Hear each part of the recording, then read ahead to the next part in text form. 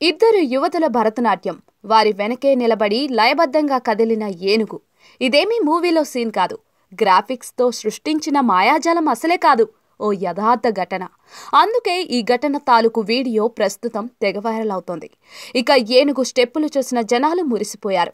అది లయబద్ధంగా తల కదుపుతూ ఉండటంతో యువతులతో కలిసి ఏనుగు చిందేస్తోందని అన్నారు. ఈ అభిప్రాయం వేగంగా వ్యాపించడంతో వీడియోకు కుప్పలు తెప్పలుగా వ్యూస్ వచ్చి పడ్డాయి. అందరూ ఇదే నిజమని భావిస్తూ ఉండటంతో ఓ ఐఎఫ్ఎస్ అధికారి స్వయంగా రంగంలోకి దిగి జరిగిందేంటో చెప్పాల్సి వచ్చింది.